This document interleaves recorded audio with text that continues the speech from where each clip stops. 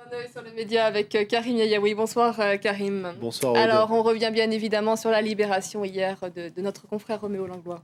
Et on va jeter un petit coup d'œil du côté de Twitter. On revient aussi sur un tweet dont on avait déjà parlé hier et qui a continué à susciter beaucoup de réactions. C'est un tweet de l'ancien président Alvaro Uribe qui avait tweeté au moment de la libération de notre confrère. La curiosité journalistique est une chose, l'identification au terrorisme en est une autre. L'ancien président ne semble clairement pas porter Roméo Langlois dans son cœur. Il a publié plusieurs tweets aujourd'hui très critiques vis-à-vis de notre confrère. Je vais vous en montrer un autre. Que faisait-il en Colombie? Quelle relation entretenait-il avec les FARC? C'est clairement une accusation en bonne et due forme. Alors au point, souligne sur son compte Twitter Andrés Monroy Gomez, au point que RSF a condamné avec la plus grande fermeté les tweets publiés par l'ancien président colombien.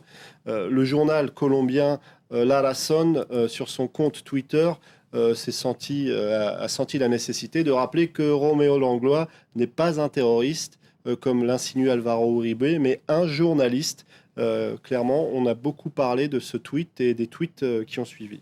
Il faut dire que l'actuel président colombien n'est pas vraiment plus tendre avec Roméo Langlois. Alors c'est vrai, malgré ce qu'a pu dire l'ambassadeur sur notre plateau tout à l'heure dans une émission animée par François Picard côté anglophone, où il a un petit peu botté en touche, eh bien il a été particulièrement dur avec Roméo Langlois, le président actuel. Il a écrit sur son compte Twitter avec beaucoup d'ironie: nous célébrons la libération du journaliste français qui n'a jamais été séquestré.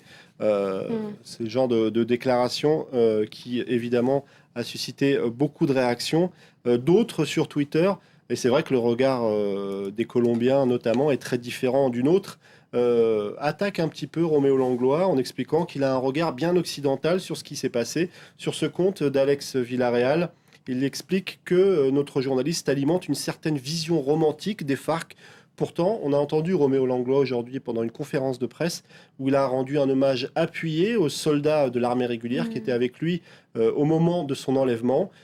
Aux Colombiens, aux militaires qui assuraient sa sécurité durant cette opération. Effectivement, il l'a évoqué, il y avait un militaire qui était assuré de sa sécurité. Ce militaire est décédé au cours de cette opération. Il lui a rendu hommage. Alors en plus, Roméo Langlois, au cours de cette conférence de presse, a rappelé qu'il n'était évidemment pas dupe, qu'il y avait eu, c'était vraisemblablement une opération communication de la part des FARC. Exactement, il l'avait déjà dit avant cette conférence de presse, il l'a dit lui-même.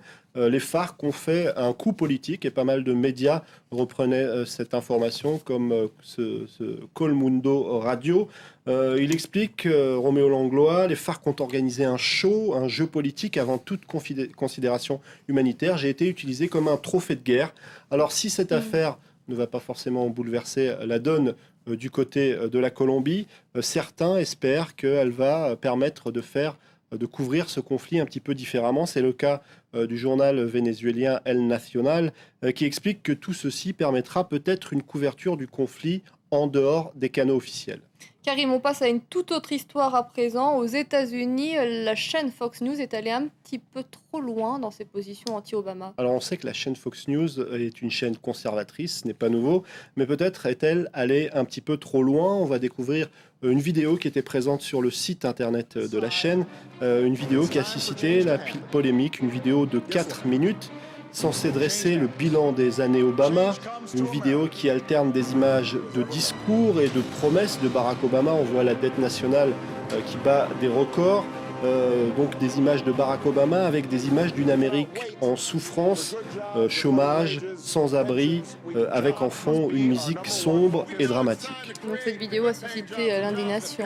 Alors elle a suscité l'indignation, notamment du côté du Huffington Post, qui est plutôt un blog de gauche, mais on verra que ce n'est pas seulement à gauche que ça a suscité l'indignation. Où est le journalisme, s'indignent certains éditorialistes. Cette vidéo pourrait aisément passer pour un clip de campagne des Républicains.